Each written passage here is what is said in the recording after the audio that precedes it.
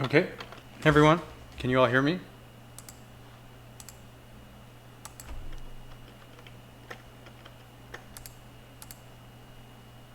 Okay, great. Looks like we're all set here. Yeah, so first stream ever, should be pretty fun. I'm just gonna casually do an old Div2 round and see how it goes. And I'll just talk through my ideas as I'm going through. So I'll just kind of read a problem, think through it, and just kind of talk it out. And that way you guys can see just kind of my general thought process around solving the problems and, you know, preparing to code it up and so on. Do I answer the chat? I can see your chat, Keklux. So I would say yes.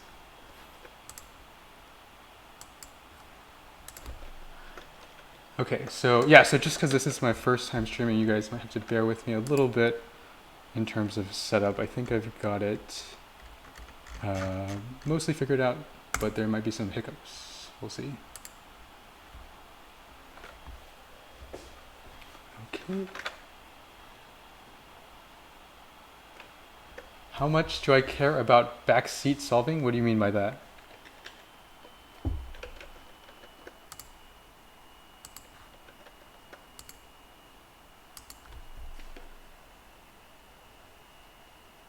Oh, gotcha. Yeah. Try not to spoil the solutions if you already have figured it out. But if what would be helpful is if, you know, if I'm working on it and something that I said is really confusing, and you can, you know, ask me to maybe re-explain it. But yeah, I would definitely prefer people not to spoil the solutions to the problems.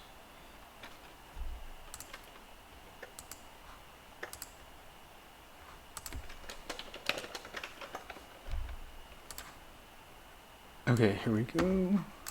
So I'm pulling up the contest. I'll just set a start time. Okay, I guess I'll start in 2 minutes. That should be fine. And yeah, if you guys have any questions, I'll just answer it, or I'll answer them until then. Oh, I should also make a folder for this round. What is this? 676. Okay.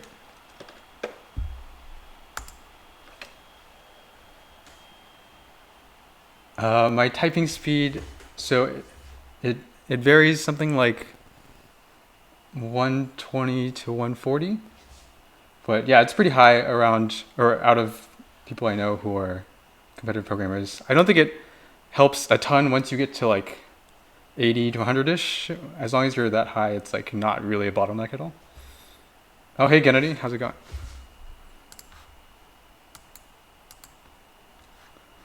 But yeah, definitely on the higher side. I think if there's anyone who types faster than me, maybe Nick Wu. And there was one person who, his name is Jelani Nelson. He's actually a computer science professor at Berkeley now, and his handle is Minilek, and I think he typed at like 200 plus words per minute, so pretty crazy.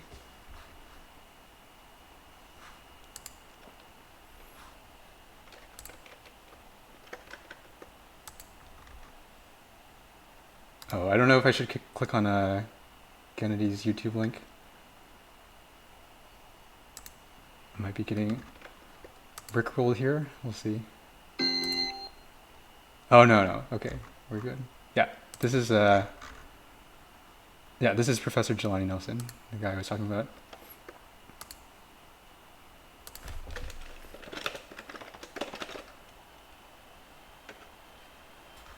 Oh shoot, we started. Okay, so actually the first thing I'm gonna do, so I have a script that downloads the samples. So I'm just gonna run that.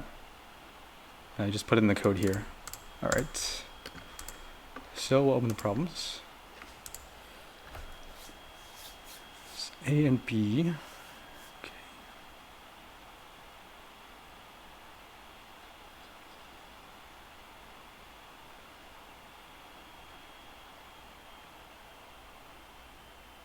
Okay, so you're given two integers a and b, and you want to minimize, you want to pick x to minimize a XOR x plus b XOR x.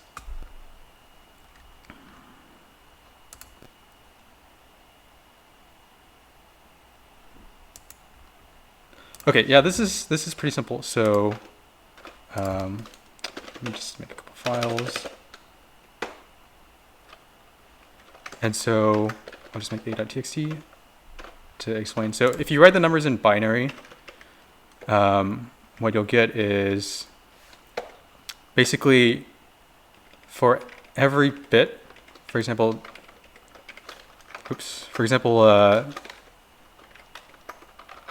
oh wait, am I messing up here? Okay, the first bit of the number, or the highest bit, basically you can either flip both of them or you can flip neither of them and leave them the same.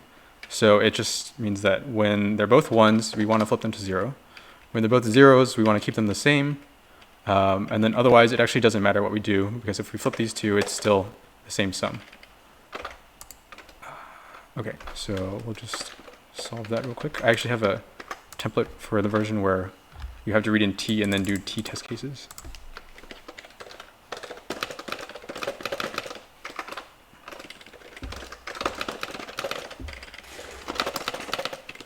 We'll just make it N64 just to be safe.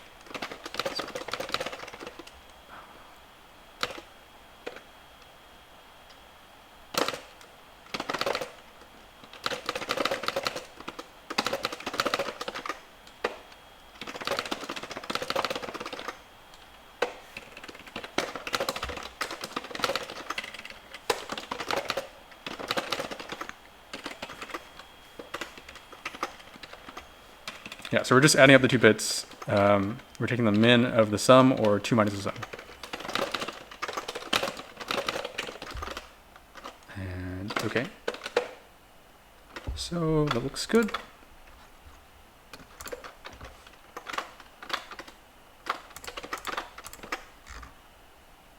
And 30 should be good enough, yeah.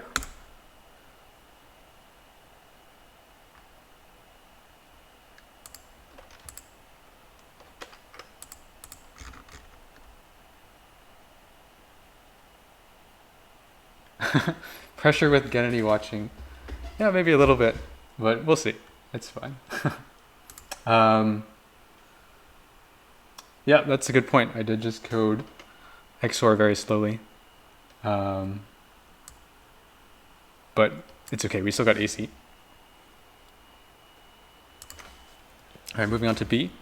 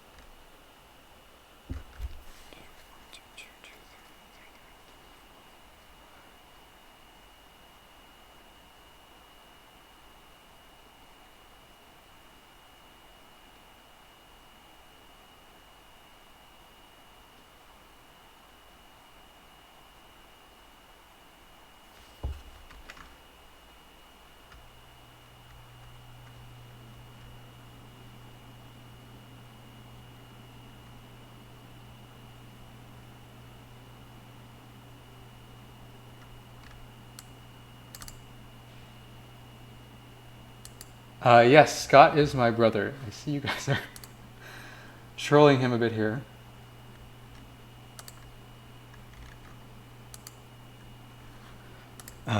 Okay, so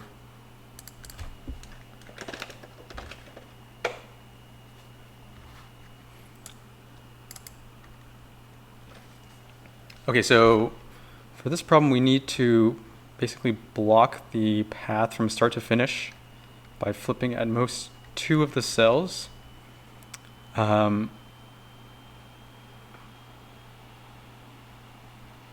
they've also told us that it's always possible.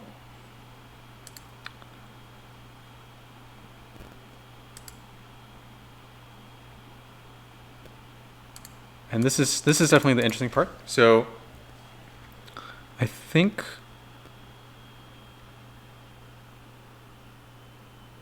think a really simple way to do this is just to make sure that, for example, the 2 things next to the start and the 2 things next to the finish don't match up. And so, for example, in this case, if we made both of these zeros and then we made both of these into 1s, then we would be good. There would be no way to get there. And then, yeah, you should be able to do this with at most 2 changes because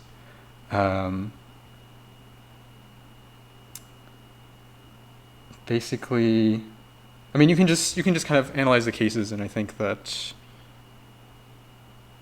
yeah, either 0, 0 and 1, 1, or 1, 1 and 0, 0 would be at most 2 away.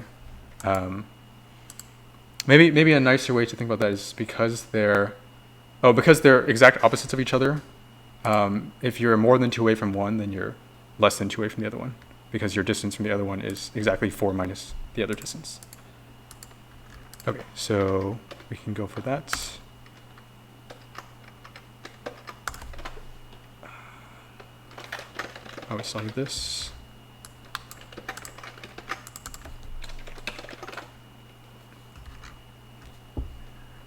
Okay.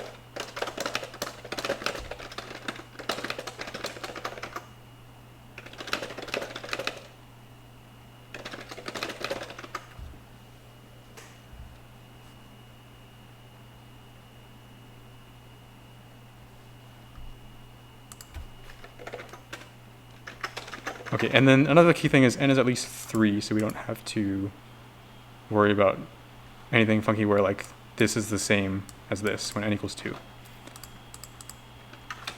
Okay, so what's the easiest way to do this?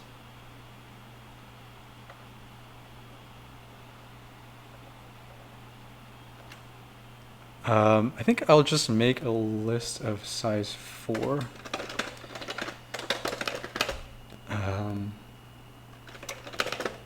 So basically the first one we care about is 0, 1, and then we care about 1, 0, and then n minus 1 n, and n minus 1. And then we just want to get it to either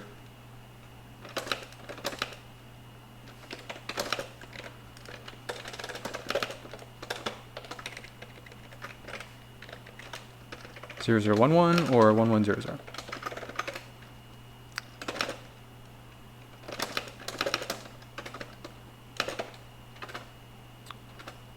Okay.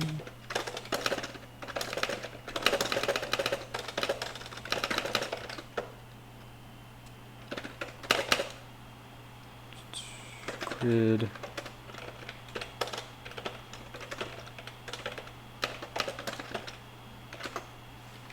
Wi-Fi.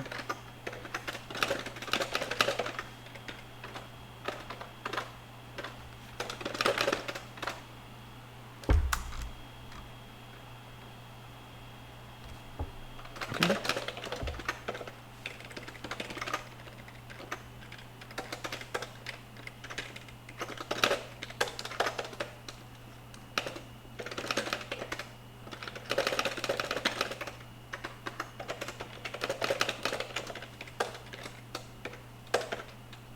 And then we'll return, and then this should never get here, so we'll just put in assert false.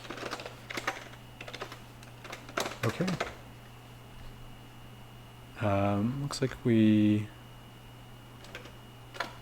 did something out of bounds.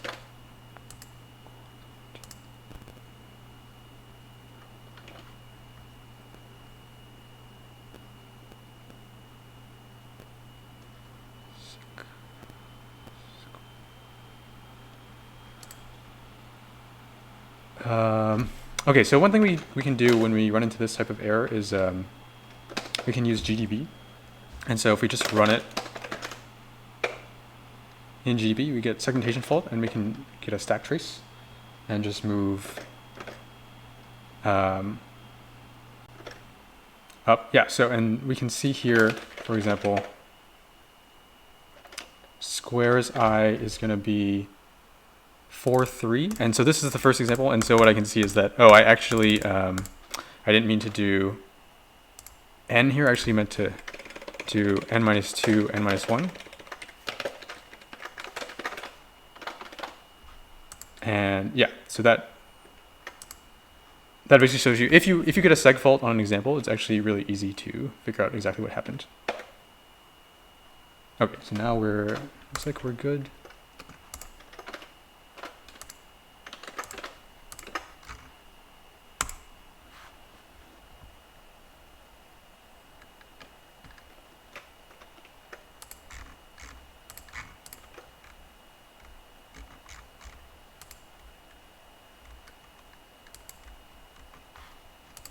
Okay, looks like we're accepted.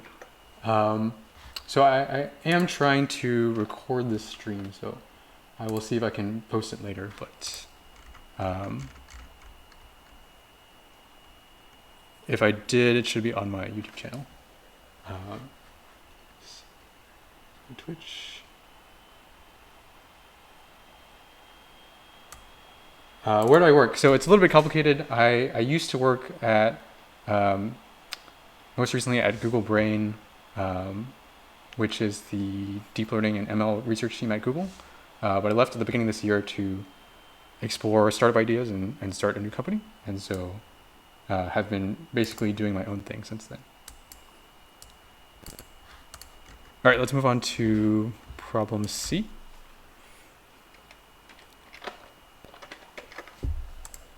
All right, yellow submarine.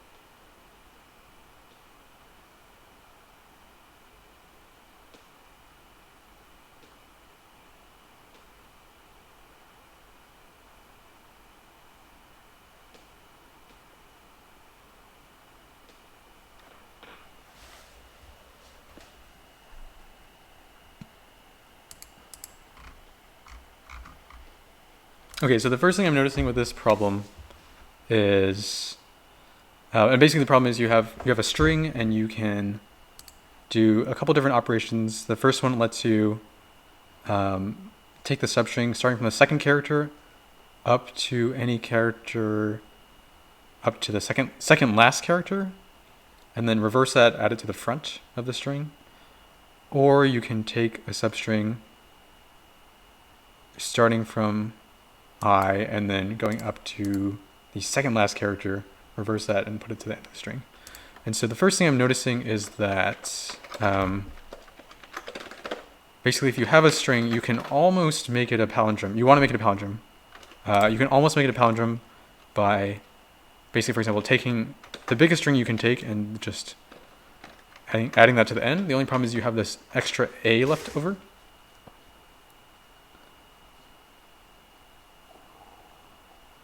And so basically we need to fix that issue.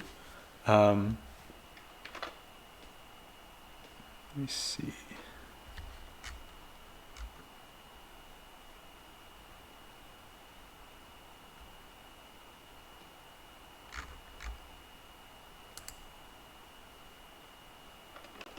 So it would be nice if you can like grab this A and then put it somewhere so that you have access to an A, because the problem is when you start, you only have access to the middle characters and not the end characters.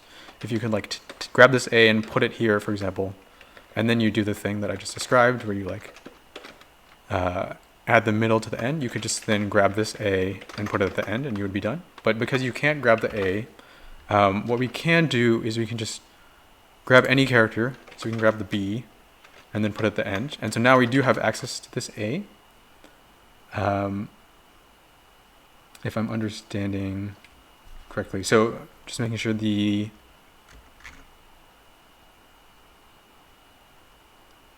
value of n changes with these, I believe. So maybe we can check out one of the samples here. So this one in particular has an A here. So L4.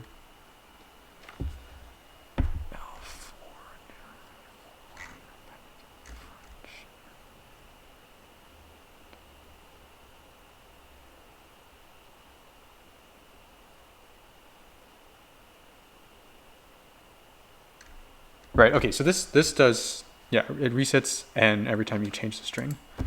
Yeah, so what we can do is we can grab a B, put it at the front, and then we can just do the thing I mentioned earlier, where we take this maximal string and then just put it at the end. And now to finish the palindrome, we just need to get this B. But because it came from here, it will always be this character, and we can just put it right there. Okay, so basically the summary is, oops.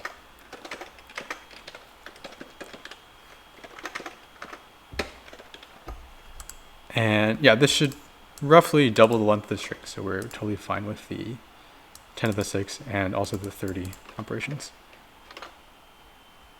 Okay, so the minimum length of S is 3. Okay.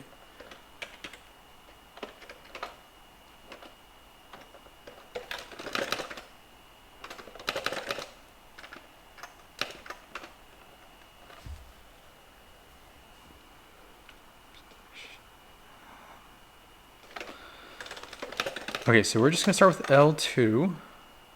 And that's going to do this thing.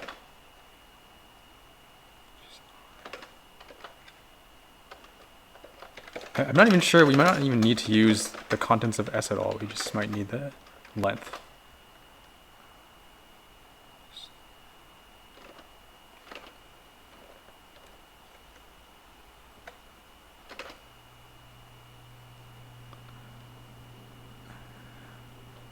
Okay, and then we're going to do R2.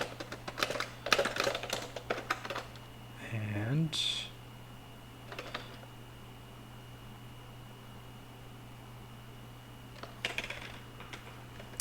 oh, wait a second. So actually, I don't think I can grab this B because it's no longer the second character. So I need to do something a little bit different here.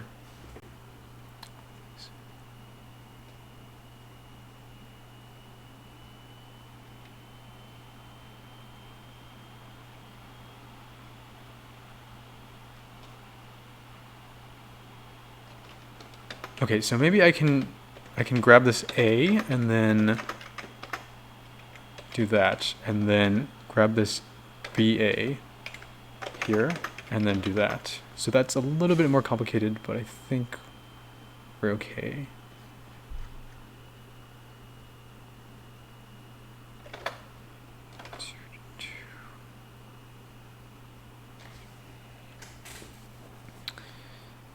Yeah.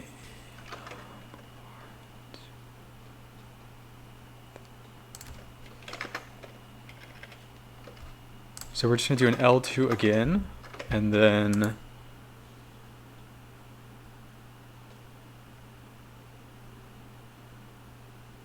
we're going to do an L4.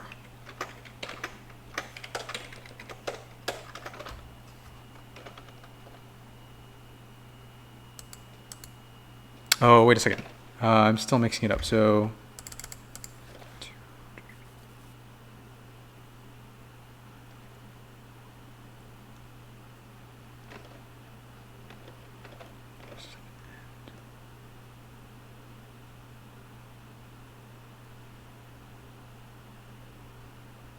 okay, so I think, okay, maybe what we can do instead is first. Oh yeah, this is much simpler. We can grab this character and then put it on the end. Okay, so that is actually R, and then so L2, yep, that grabs the front. Okay, so that's correct. R2, that grabs this entire string and then reverses it, puts it at the end. Yep, and then okay, yeah, we just want this character. And so what's the index of this character? Well, we have, so I think it is 2n minus 1.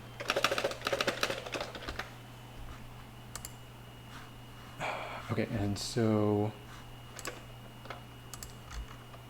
right, we also needed to output 3.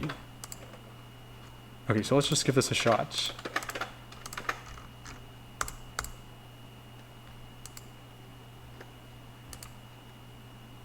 Okay, AC. Just check the chat.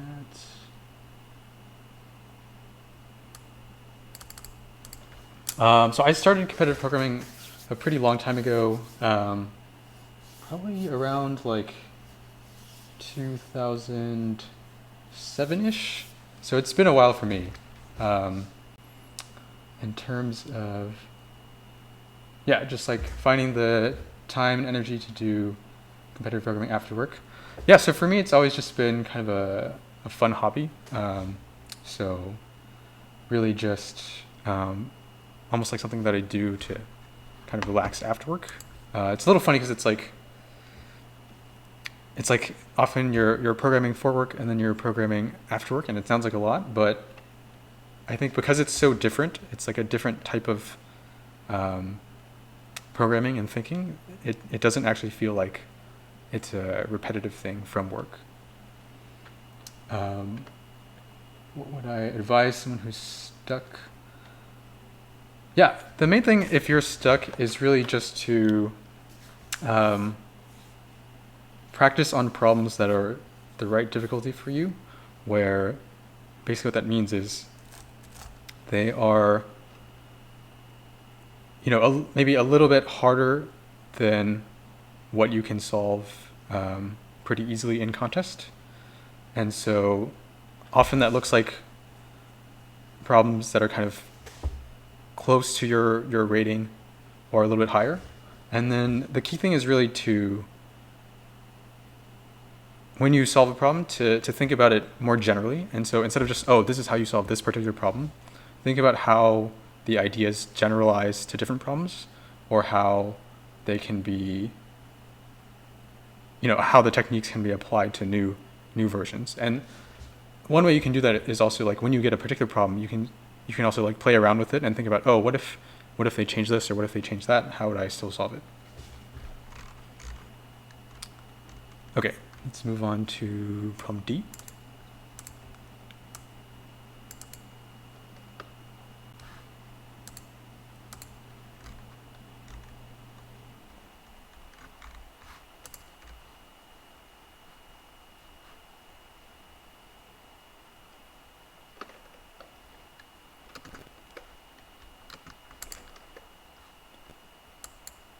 Okay, so Andrew's in the lead with ABCD. Cool. Okay, I think we should 0, 0 to 0.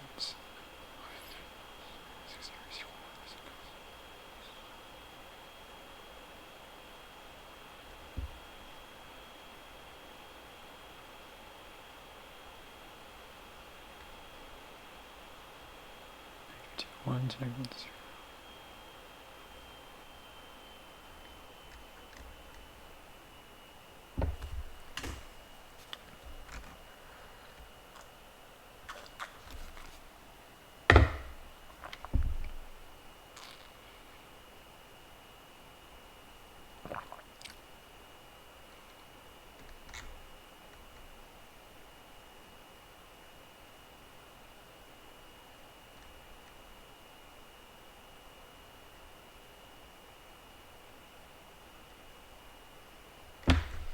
Okay, I see what's going on.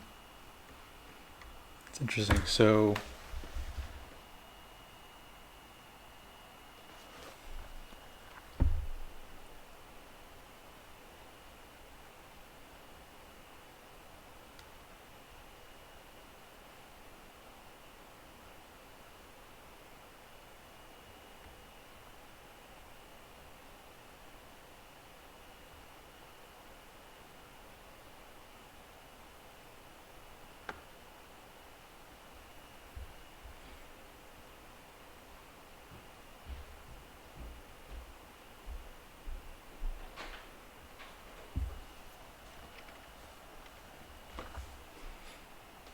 So I'm trying to think about the different ways you can get to the same cell.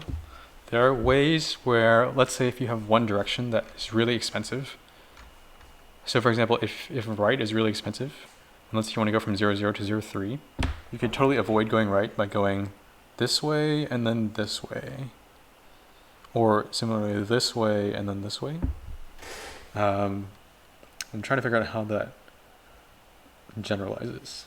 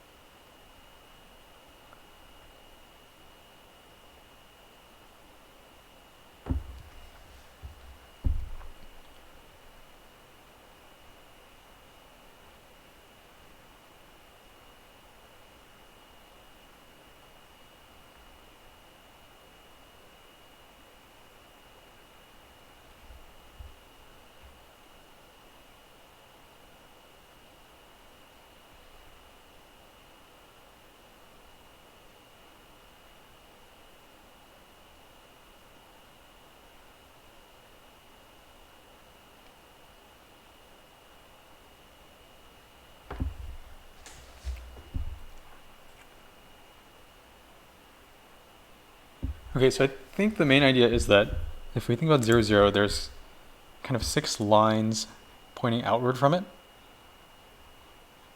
And every cell is going to be in sort of a triangle shape in between 2 of these lines. So for example, if we have -3, -2, then it's between this line and this line. And so there's kind of a standard way to go there, which is 2 steps this way and 1 step this way. And the main modification we can make on that is for any of the 6 directions, if we go 1 step this way, it's the same as going 1 step for each of the 2 directions next to it. So if we go 1 right and then 1 bottom left, so that's the same as going 1 bottom right. And yeah, I believe that's pretty much the only replacement we can make here that makes any sense. So we can kind of find the standard cost to go there and then see if, for example, for these 2 bottom left, if we should replace them with a left plus a bottom right. And similarly for this bottom right, should we replace it with a bottom left plus a right?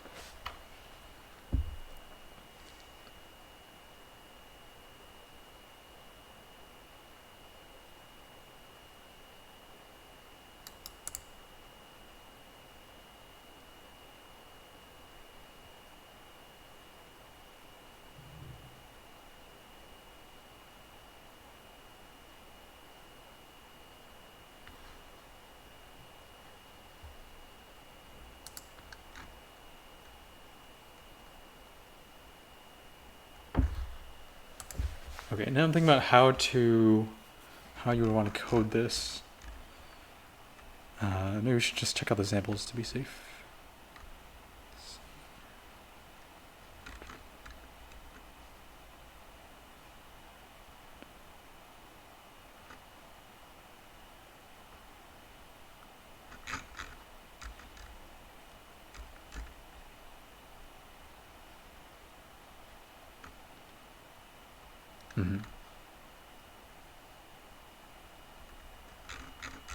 Okay, yeah, these samples aren't super good, unfortunately. This is kind of just the straight standard path. And then I think this one, you just literally go this direction a billion times and you're there. Okay, so I think one thing that is kind of an interesting strategy that would be helpful in this problem in particular is because the samples are bad, what we should do, especially because we want to have this logic of replacing one direction with 2 other directions. The samples don't check that at all, so we can make our own sample that does check for that. So basically, if we open up, oh, sorry, wrong problem. If we open up, yeah, this sample, we can create another one where we would want to use that technique.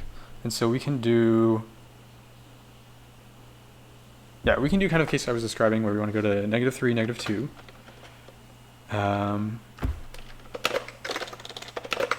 And then, yeah, we just need to set up some costs, so we do want to split it up like that.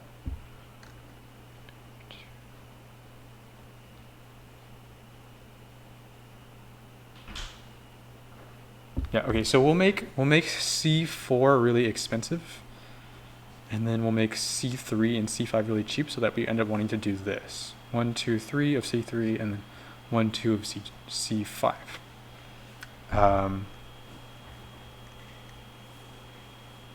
Okay, so we'll make the cost basically 100, 100,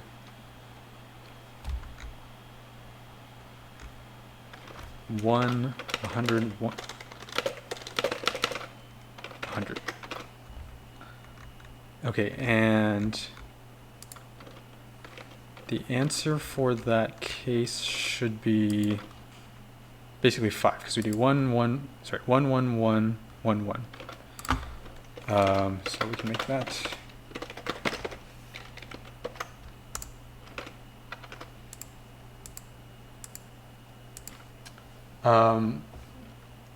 No, I actually have not written any problems for CodeJam, which is the reason that I can participate now, even though I was recently working at Google. I do know people who have written problems, and it's definitely a lot harder for them to participate in that case. They have to make sure that like none of the problems that they worked on are involved in the contests for that year. Demoralizer. Yes, I definitely have done a good amount of stress testing during contests. Usually it's a bit less often on Codeforces because, there's kind of more time pressure to jump ahead and work on the next problem. But, sometimes if I'm, stuck on a wrong answer or something like that, it can help a lot just to generate a really small test case that you get wrong. And that way you can just kind of debug by hand on something where like n equals 5. In terms of how often, it's usually just a question of how much time that would take versus how much time, the other way would take. And so usually if it's kind of intensive to write a slow solution, I'll just reread my code first and make sure I didn't do anything, dumb. But if I'm still stuck after a while, then often that's a good way to get unstuck. Okay, yeah, so for this problem,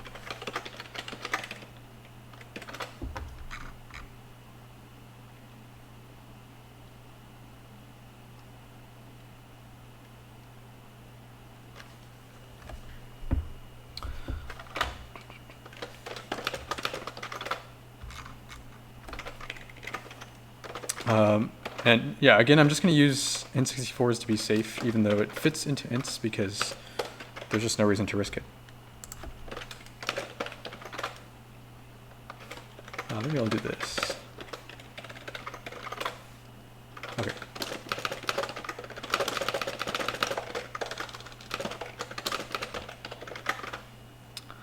Okay, so I think the easiest way to actually code this is to just solve basically one particular triangle. For example, we could pick this triangle and then just keep rotating it 6 times until up to 6 times until we get our point into that actual triangle. And so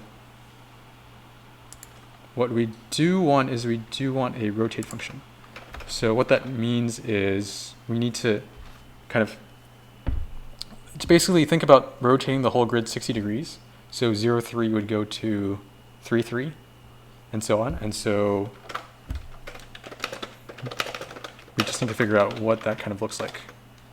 So yeah, so like I said, 0, 3 goes to 3, 3. 3, 3 goes to 3, 0. Negative 1, 2 would go to... this is confusing because this grid isn't big enough. Okay, negative 1, 1 would go to 1, 2.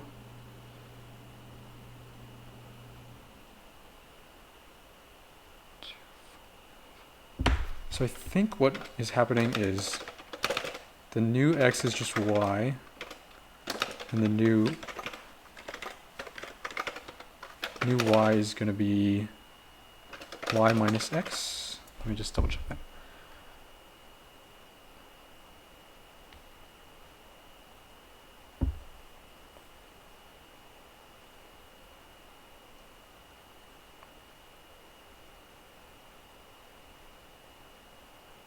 That looks right. Okay.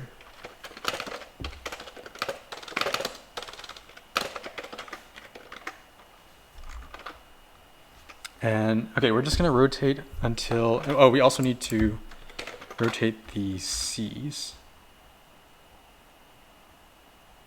So yeah, so we're going to use C++ rotate, which is going to be convenient here.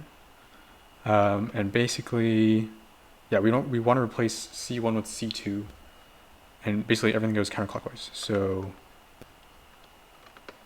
yeah, so I think we just, I guess we should rename this so we don't conflict. See that begins and end.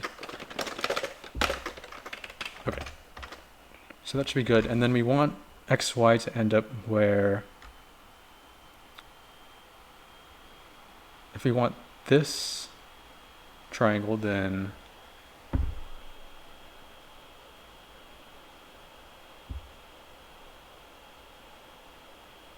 okay, then x is at least 0 and y is at least x, and that's the triangle.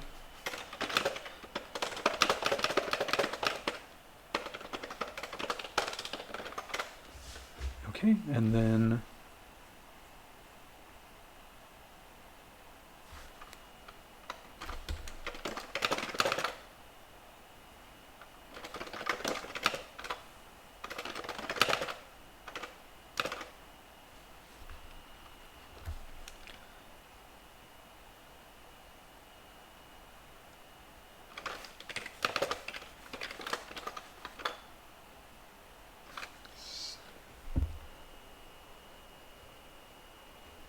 okay, yeah, so this is kind of our base cost where we go right y minus x times. So for example, for 1, 4, we go right 3 times, and then we go up right this direction 1 time.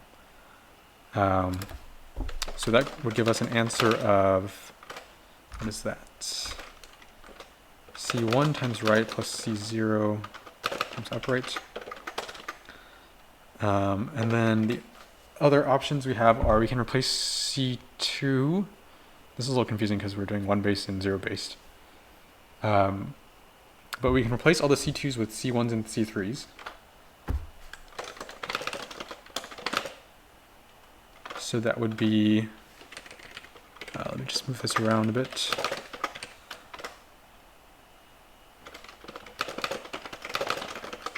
So instead of doing C1 right times, we'll do C0 upright plus right times, and then we'll also add C2s. And then the other option is replace the C1s with C2s and C6s.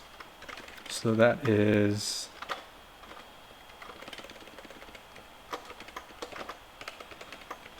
C1 times right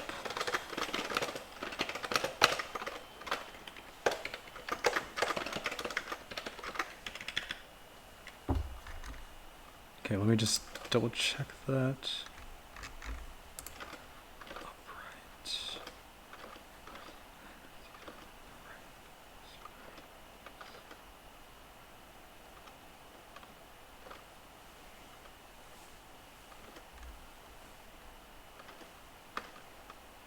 Mm-hmm.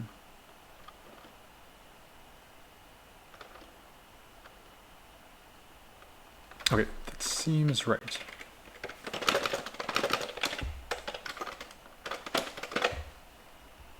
Okay, so that passed our extra sample as well, so let's give that a shot.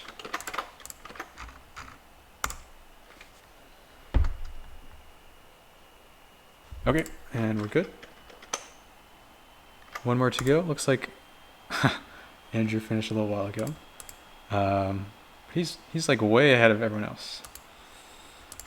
So, well, we'll see where we end up.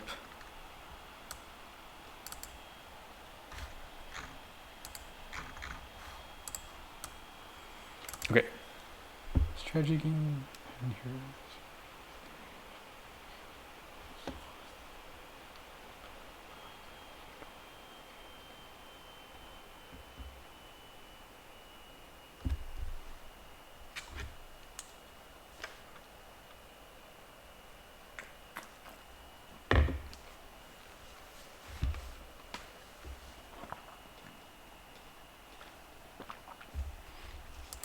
Interesting.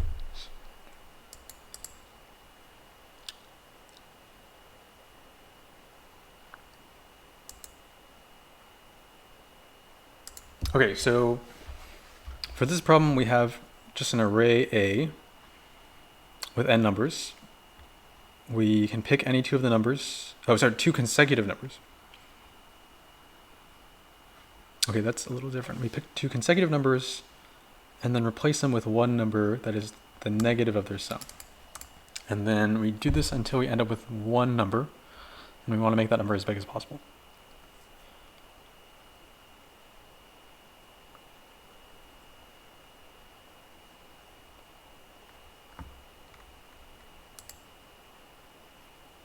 Okay, Okay, so our end result is going to be, it's always going to be a weighted sum of the inputs where the weights are either 1 or -1. So we can kind of think of it as we start out with an array like 1, 1, 1, 1, and then we're, let me think.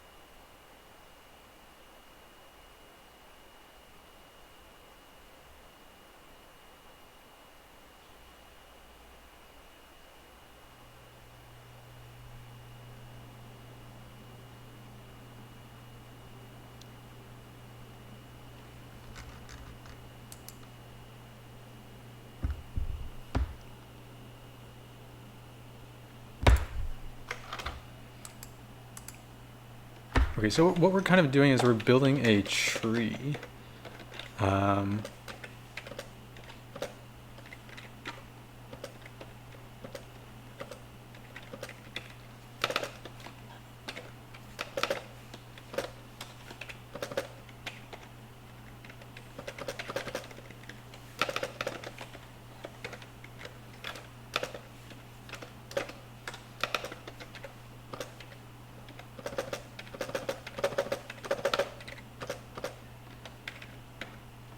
Sort of like this, and then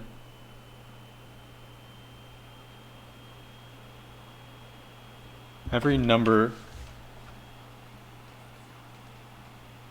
gets, every time you have a number basically going up an edge, it gets multiplied by -1.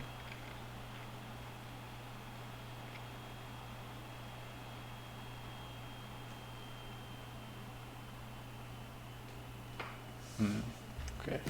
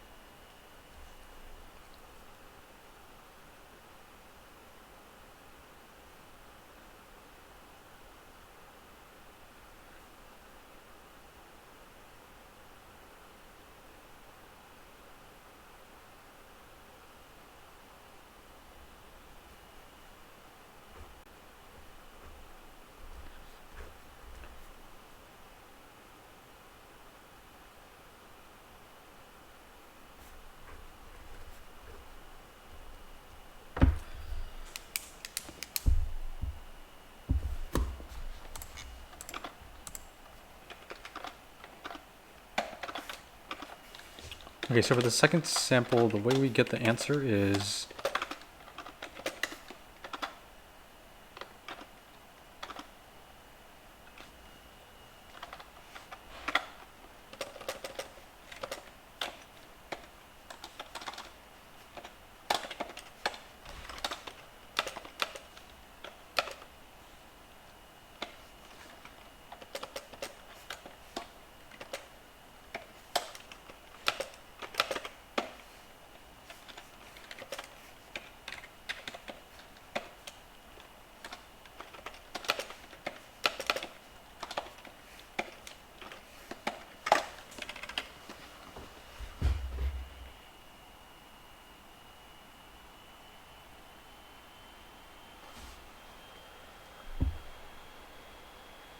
so we can definitely do an n cubed dp here, where it's like, given an interval, what is the max or the min you can get out of collapsing this interval into 1?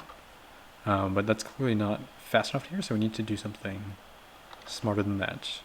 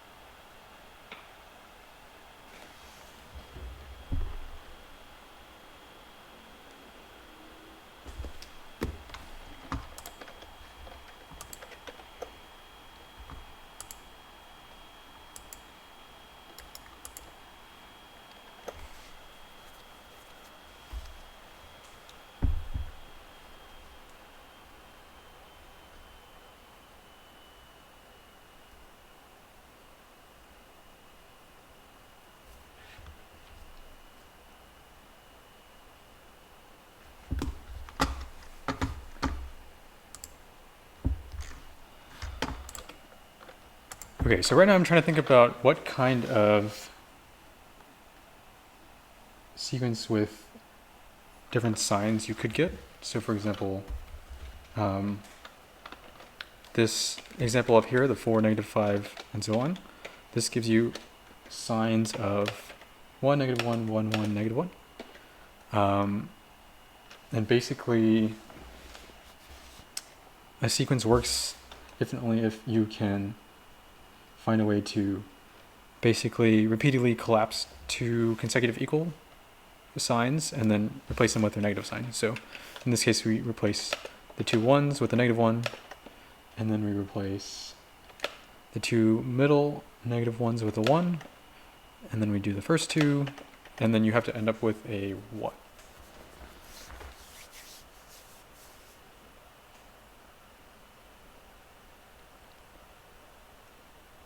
So maybe we should think about this process backwards. So going from the 1 up to the top.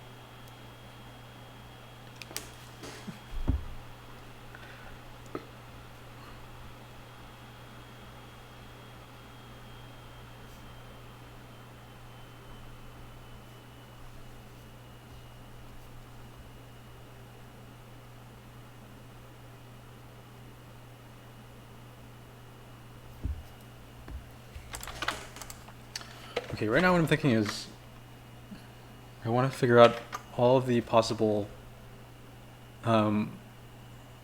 list of weights we could get for any particular n. So for n equals 1, the only list we can get is just a 1.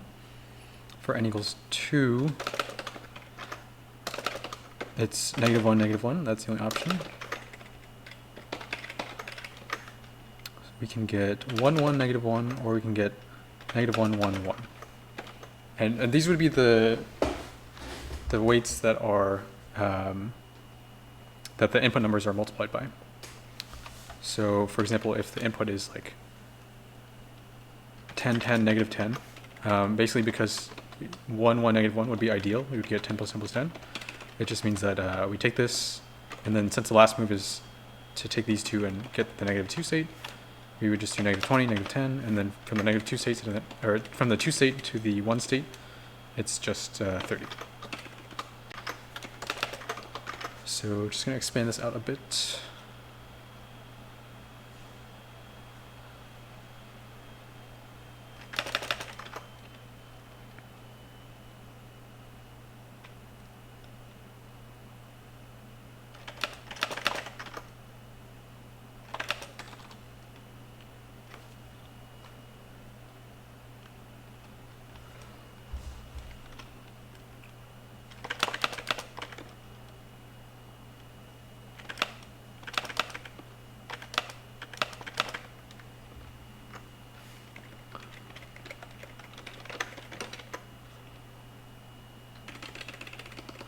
I'm going to do plus and minus, make this less confusing.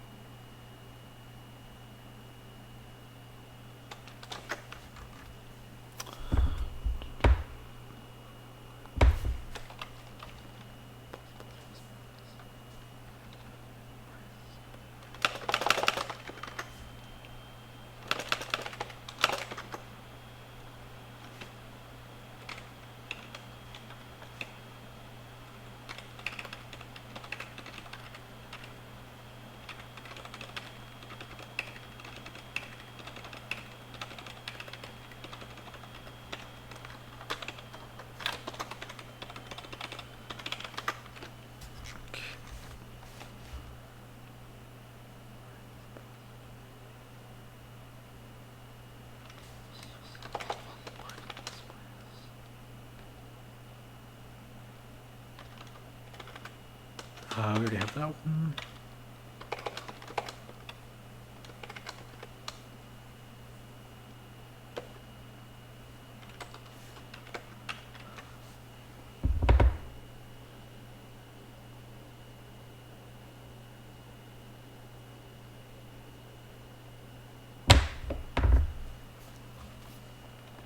Okay, so what I'm seeing here is we can get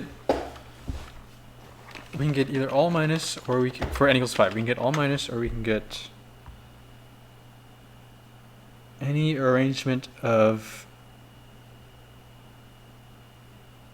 3.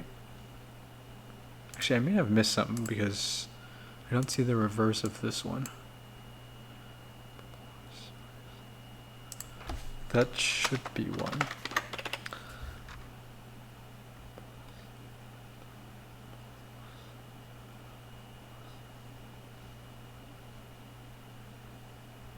Yeah, any arrangement with 3 pluses where there's at least something consecutive. So we can't have this because there's no first choice.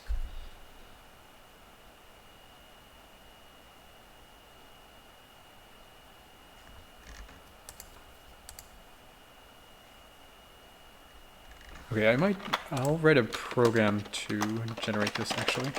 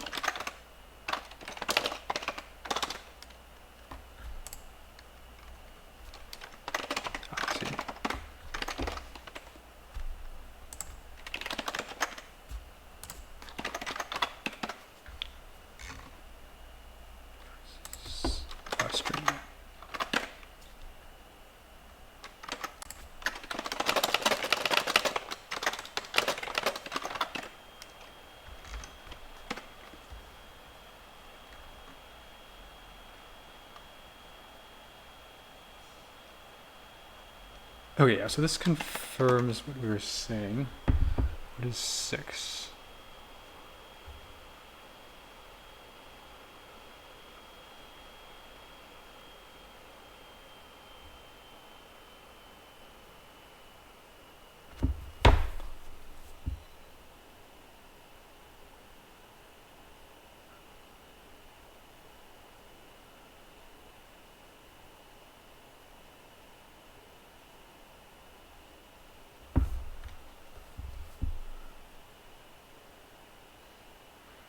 Six is anything with either 5 pluses or 2 pluses.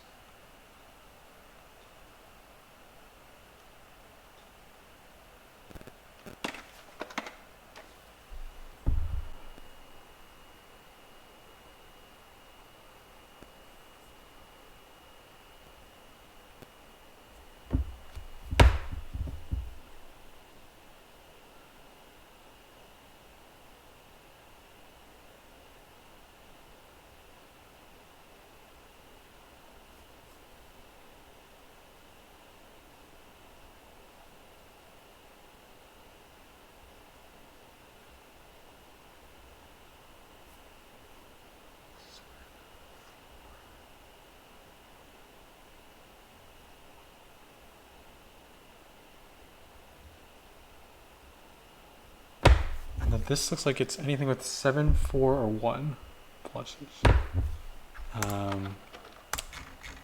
Okay, so 1 is just 1.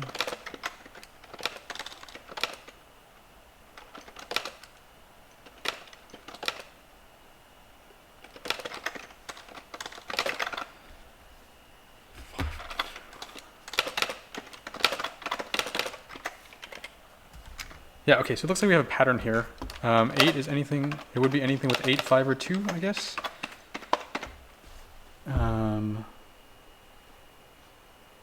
Oh, no, wait a second. We do not have 8. What is this actually?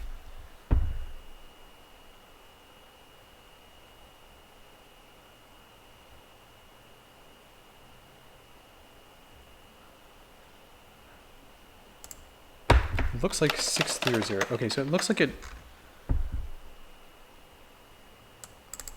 kind of coordinates with n minus 3 for some reason. What does that mean?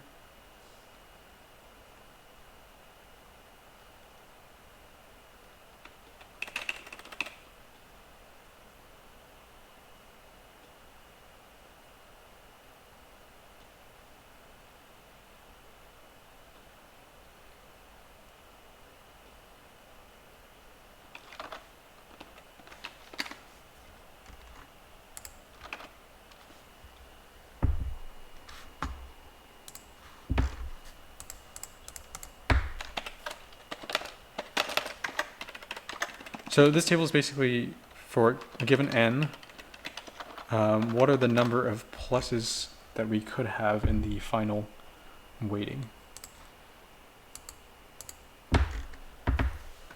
And I think everything is possible except that we have to have a special case where we don't allow something that looks like this. So I can double check.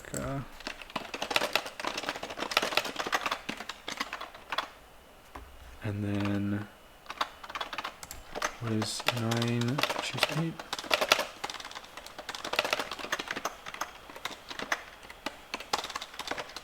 It's 171. Yeah, so just subtracting out that one special case with n choose 5, it looks like we have everything else. Just to be safe.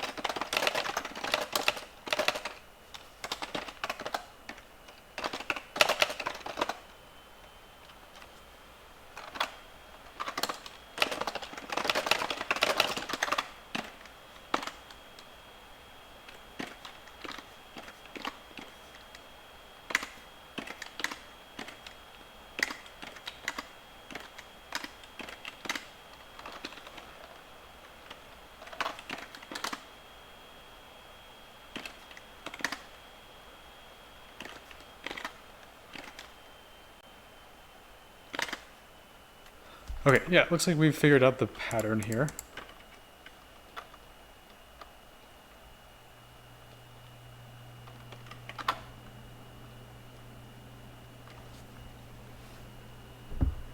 Yeah, so essentially we can almost just sort the numbers, pick the right number of plus ones and negative ones based on this pattern, and then I'll put that sum. The only thing we have to be careful of is that we just cannot use this alternating pattern. Okay, so how do we make sure we don't do that?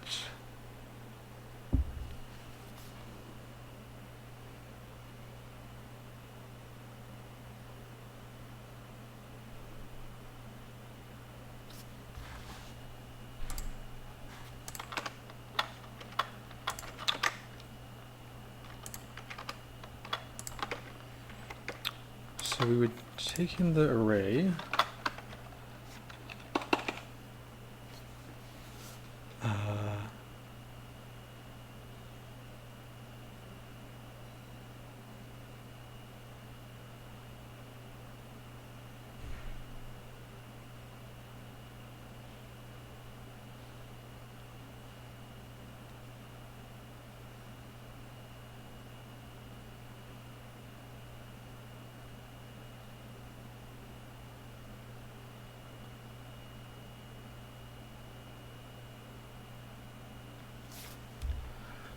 Yeah, so if we don't have that alternating pattern constraint, then we just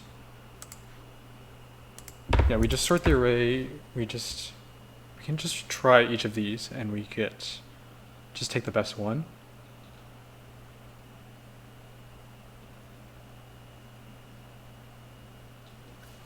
I guess there's just one number of pluses we have to be careful about.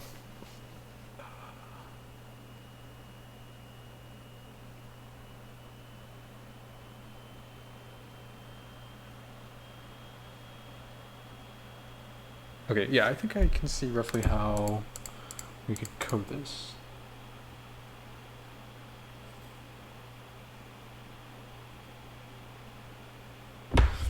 Yeah, so basically we can say that if we have the array sorted, and we have a certain number of pluses and minuses, so for example, let's say we have n equals 8 and we want to do 3 pluses, then we're just going to arrange them in this order according to the sorted array.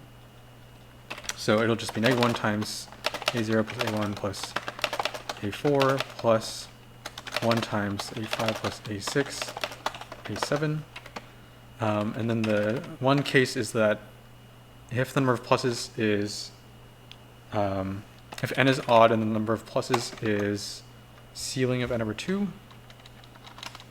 something like this, then we just have to watch out for the case where we end up doing this, and we can avoid that by, when we sort, we keep the indices and we just check if we're in that case. If we are in that case, I think we just want to, I guess we just want to swap these two, and so we get something like that.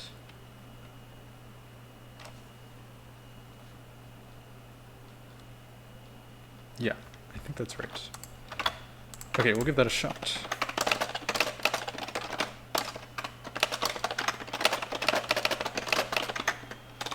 We'll actually make this up here.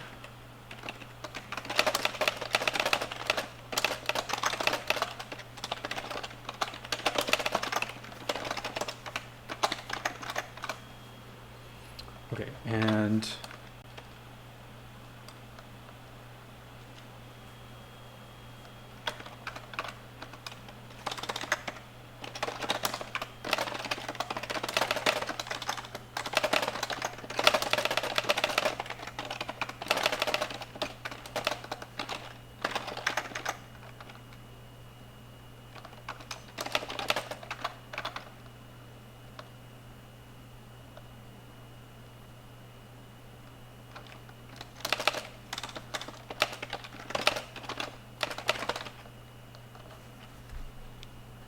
okay, so we're finding the first number here. For 1 mod 3, it's just 1. For 2 mod 3, it's 0, and for 0 mod 3, it's 2. So it's actually, oh, it's just 2 minus n mod 3? Yeah. It's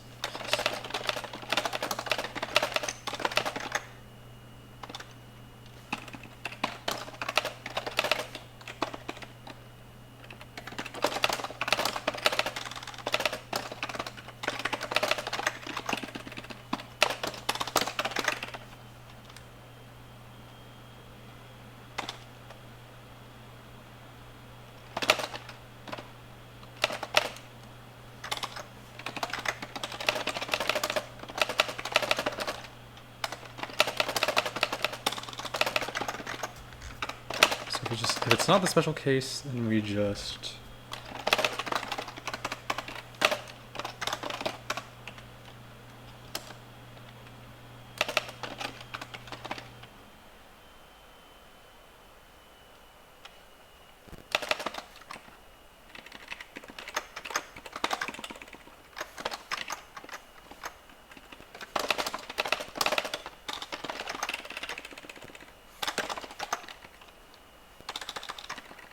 we'll just do this.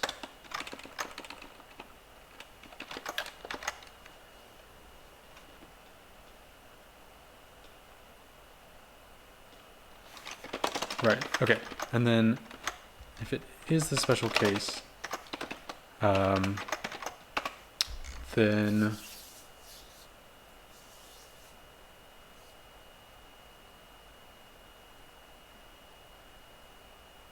yeah, we'll just go through if AI.second.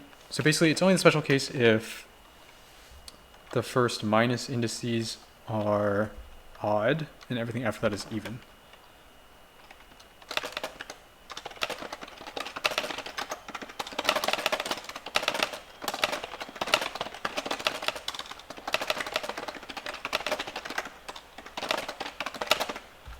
We basically just do this again.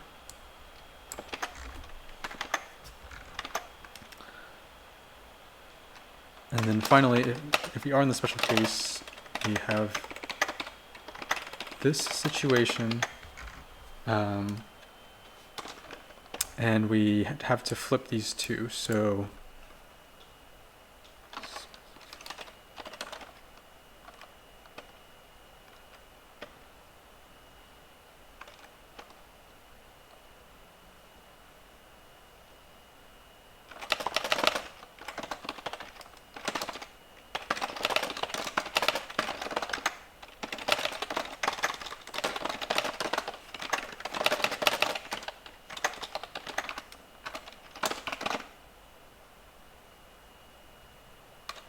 okay, so let's just do a couple things. Let's make sure we don't fail n equals 1. Looks like we do.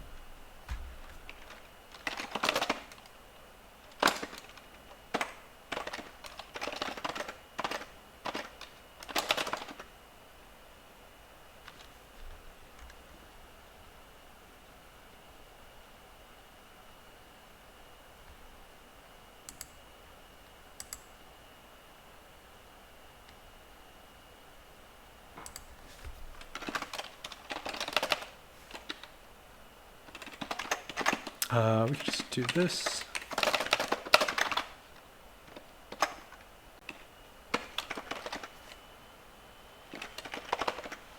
Okay. And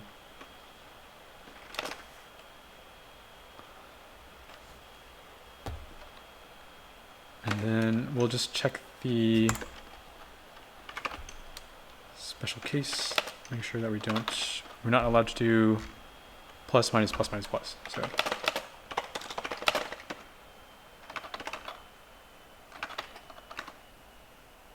okay, so the answer is 100 and not 500. Okay, I think we might be good. Let's give it a try.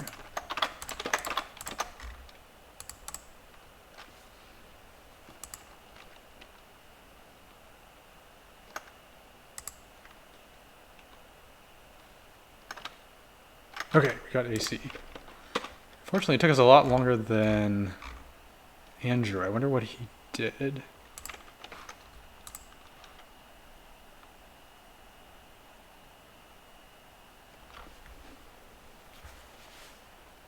Second example is similar to your test case where n equals 5. Oh, that's true. Yeah, that is already that case.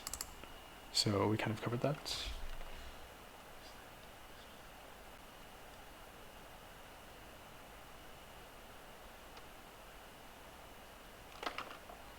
Oh, that's clever. Yeah, I didn't actually take the effort to try to prove it. It makes sense that there's some sort of invariant mod 3 just because of this funny pattern. Let's see, plus is 1, minus is 2.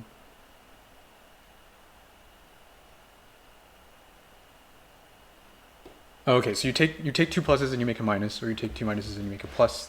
So mod 3 is invariant.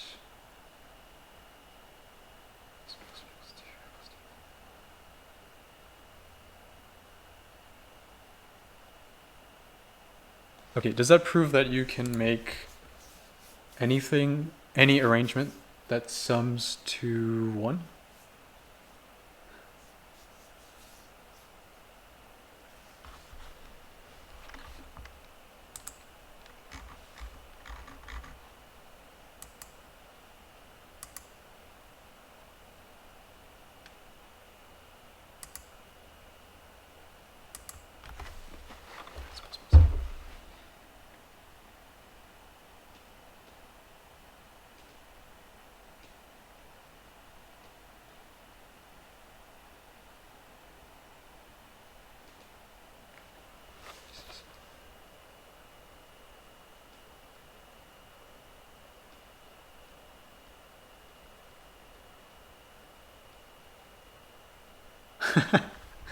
Yeah, I like the coordination here.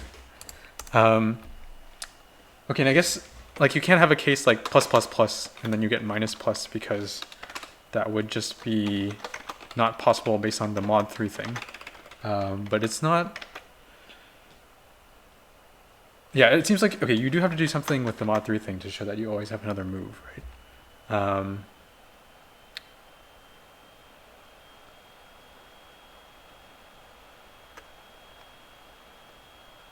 I guess if you have, if you ever have something where it's all the same, then it has to be,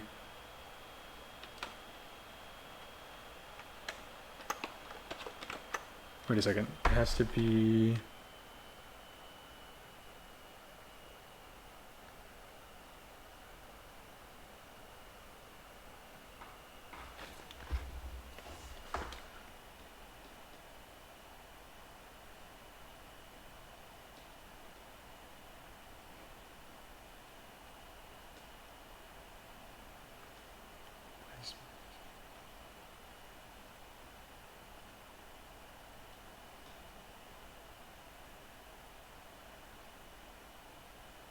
minus plus plus structure.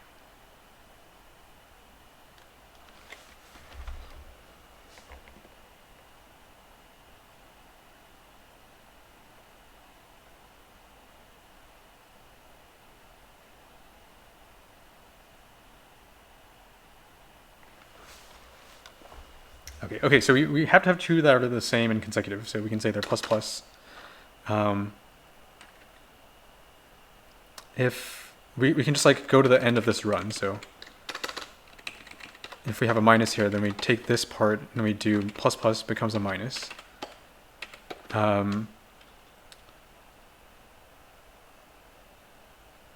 If we don't have anything after, then the length, then they're all the same, and yeah, length is, yeah, I mean all the same. You can just kind of handle, and then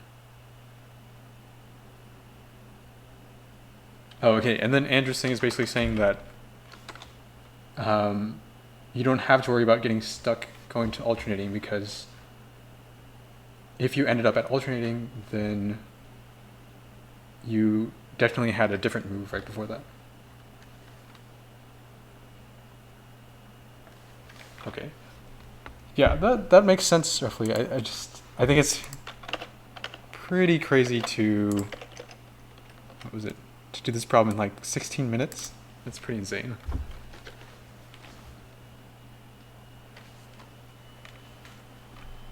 Let's check out Andrew's code.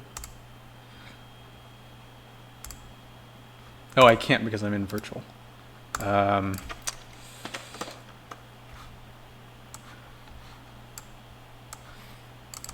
I will do this.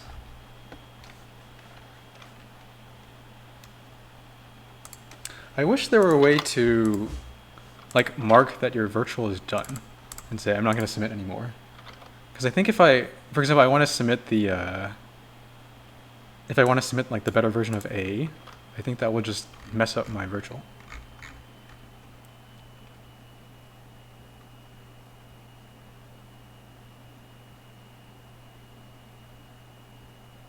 Oh, you did a, oh, okay, you did a prefix DP where it's the sum mod 3 and then whether or not you're stuck in an alternating situation or not. Is that right?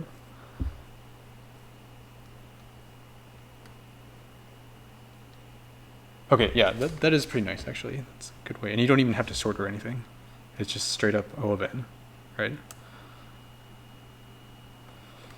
Yeah, okay, that makes sense.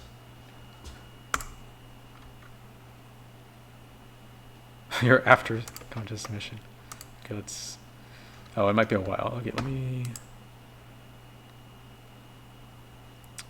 that's gonna be kind of difficult because I have to do that in incognito.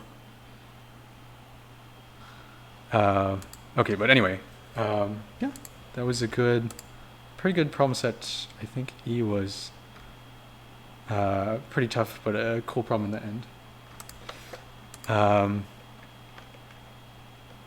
Yeah, did anyone have any questions about the problems, or is there anything that I should kind of go over again?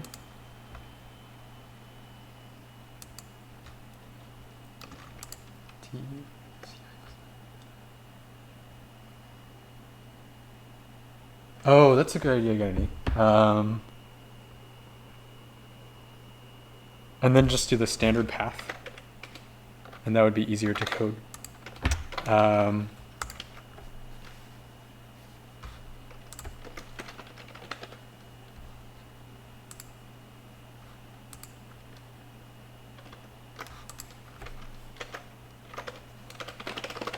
I think that might work, just because it's, yeah, I mean, that should work. It's just like replacing, it's just simulating both of these ideas in here.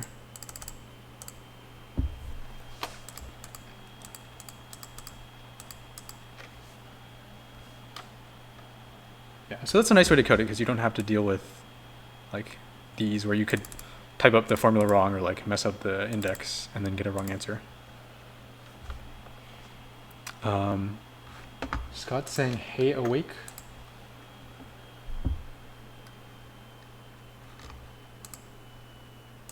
Is hey awake related to one of the problems here?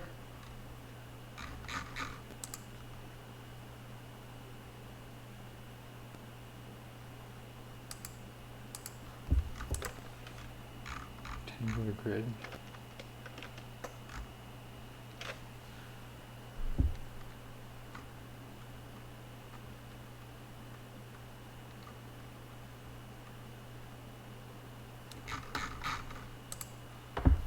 Yeah, I'm not seeing it. Maybe Scott's just memeing. Okay, so I guess I'm still stuck here for 25 minutes.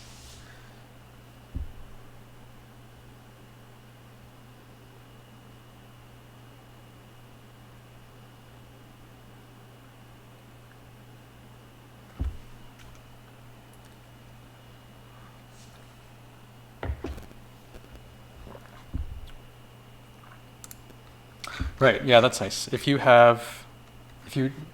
relax the C's with that setup, then if you consider any path that gets you to where you want, if you have two moves that are not two adjacent moves, for example, you have this one and you have this one, you can just collapse them into a single move of this type.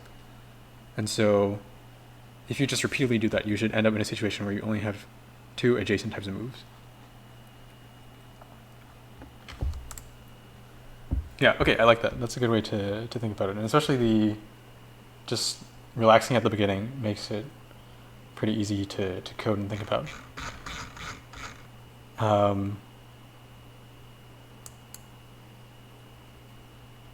Yeah, and then A, I think it was just, okay, what did I do here?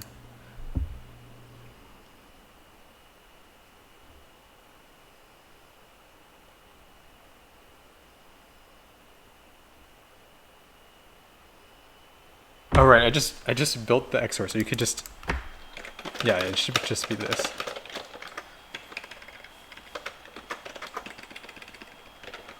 Okay, so this is here. I'll just keep this here as my shame code.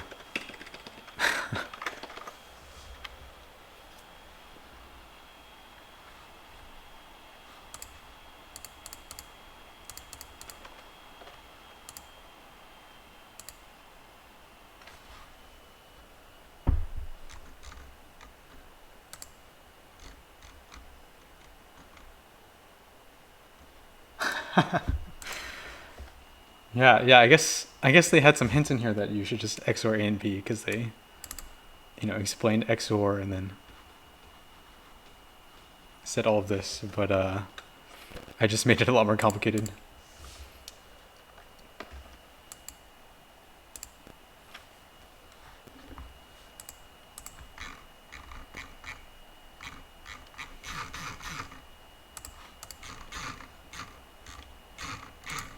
Yeah, let's see. Okay, so overall, what did I think of this set? Yeah,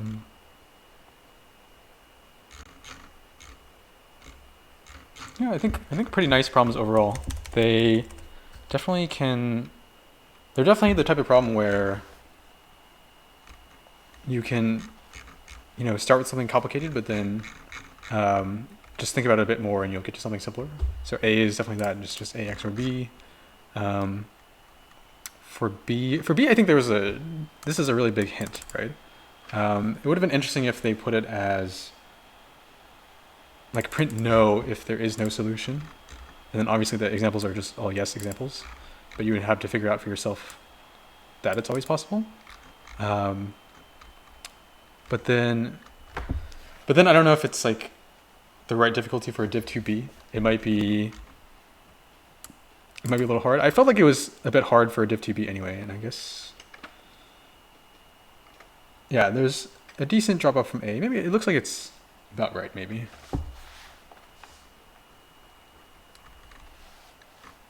Minimization. Yeah, minimization. Well, then you just, once you realize this, you just need to figure out if it's 0 and then figure out if it's 1. But checking 1.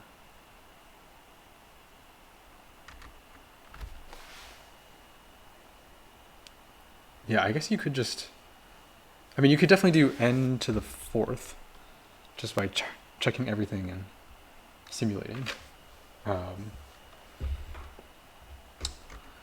Yeah, but then definitely harder than B. So this version, it's a little funny. They kind of like nudge you very strongly toward the answer, but it at least is a reasonable difficulty at that point.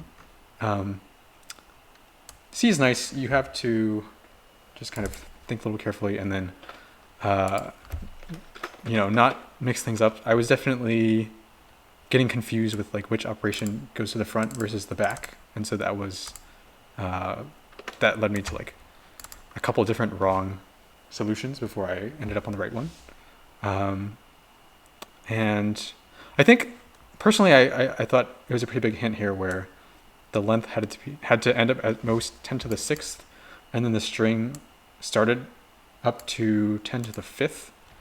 And so you don't have that much wiggle room in that case. You can't just like, double the string even 4 times. And so I figured you would basically just want to end up with a string that's about twice as long. And that's what we ended up doing here. And then I think another key thing here is just realize that if you do the move with almost the whole string, you get almost a palindrome. And so you're just trying to figure out how can I modify this a little bit so that I actually get the full palindrome.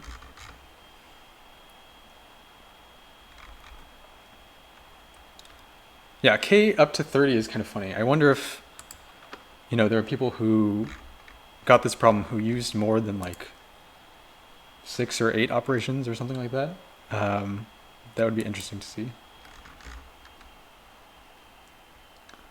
How did Scott and I get good at math? So we actually both did math competitions in middle school.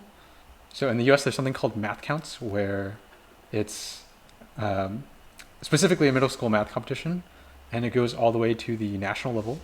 And so you're basically doing different types of, they say it's all like middle school level math, but there is a bit of algebra and geometry. And so you're working on different kinds of problems, and you're trying to do them quickly. And we ended up just like spending a lot of time, practicing that and doing really well at the competition. And so that was kind of how we got started. The interesting thing was, after math counts, the kind of natural transition was to go to, the math Olympiad in high school. And I think we both kind of assumed that would be, well, maybe not Scott, I don't know, but for me, I definitely assumed that would be like my focus in high school. And then I discovered programming competitions in high school, and I just found that they were a lot more fun than the math competitions, for me personally, just because it felt kind of more real, where, instead of, you still have the problem solving and the mathematical aspect, but instead of just like getting some really abstract problem and writing down some proof, you actually, you write an algorithm, you end up with a real program that actually solves a problem. And honestly, another big thing that is a lot better about programming competitions than math competitions is the objectiveness of the judging. So in the USA Math Olympiad, one thing that was super frustrating was you would do this contest, and it happened once a year. There would be 6 problems, and it was like about 5 hours a day for 2 days. And so you would write these long proofs, with your solutions to the problems, and you would send those in, and like a month or 2 months later, you would find out how many points you got from those proofs. And often you would think like, oh, I solved 3 problems, and like each problem is 7 points. So that's like 21 points or something around there. And then you would just get something pretty off from that, or like, talking to people that I knew, often the score they got was way different from what they thought. And you just got zero explanation of why it was different. Sure, that's true. The authors can mess up the test data, but I think it's more, what I mean by objective, I don't mean like more fair. I mean more like understandable. When you fail, you know what is wrong. You can go back and you can find exactly the bug in your code, right? Whereas on the Math Olympiad, you literally don't even know which problem you lost the points on. So it's really hard to, to take it as a learning experience. Basically, the feedback loop for programming contests is way more, way quicker, way more iterative. And so for me, it was a lot more fun getting better at programming competitions than at the Math Olympiad.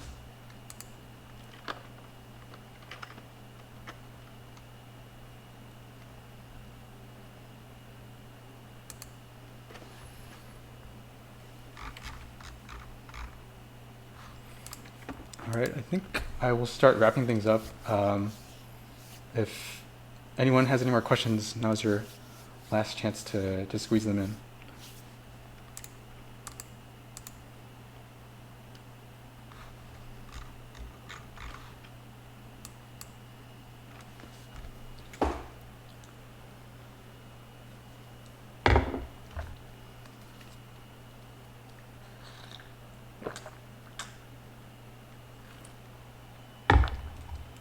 Kappa. All right, well, I think that'll be it for today. I'm going to sign off, but thanks everyone for coming and checking out the stream. I'm going to try to just edit this quickly and then upload it to YouTube. But yeah, if you guys have anything else you think of, you can feel free to just message me on Codeforces or anywhere else. And yeah, hope to see you guys next time. I'm still thinking about when I'm going to do the next stream. I might have time tomorrow. I'm not sure yet, but either way, I'll just post it on the Codeforces streams feature. So just keep an eye there. And oh, and then yeah, follow the channel, and then you'll get notifications when I go live. TBD, haven't decided yet on Div 1 or Div 2. SJZad wants me to say hi, so hello, SJZad. Okay. Awesome. Yeah, thanks everyone. I will catch you guys next time.